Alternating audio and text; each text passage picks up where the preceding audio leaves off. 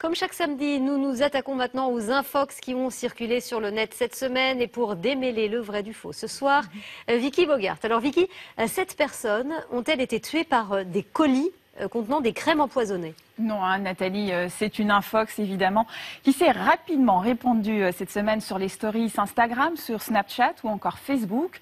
Une photo d'une crème avec un message truffé de fautes d'orthographe et très alarmant. Il vous invite à jeter cette crème si vous la recevez dans votre boîte aux lettres car elle aurait causé plusieurs morts, notamment aux urgences de l'hôpital de Mercy près de Metz en Lorraine.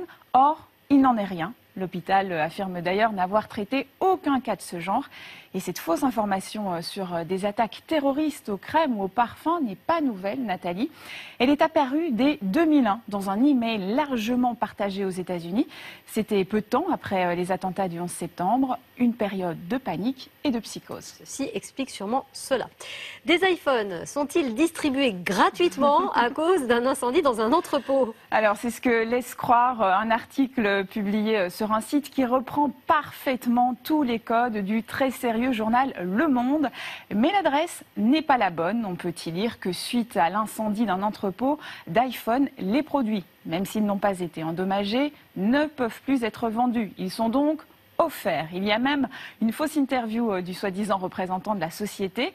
Vous êtes ensuite invité à renseigner vos coordonnées et à payer les frais de livraison de 2 €. Et c'est évidemment une arnaque. Oui, Nathalie, évidemment. trop beau pour être vrai. Voilà, on comprend bien pourquoi ça a été fait, cette petite infox. Le plus petit serpent dangereux au monde se cache-t-il dans des poivrons?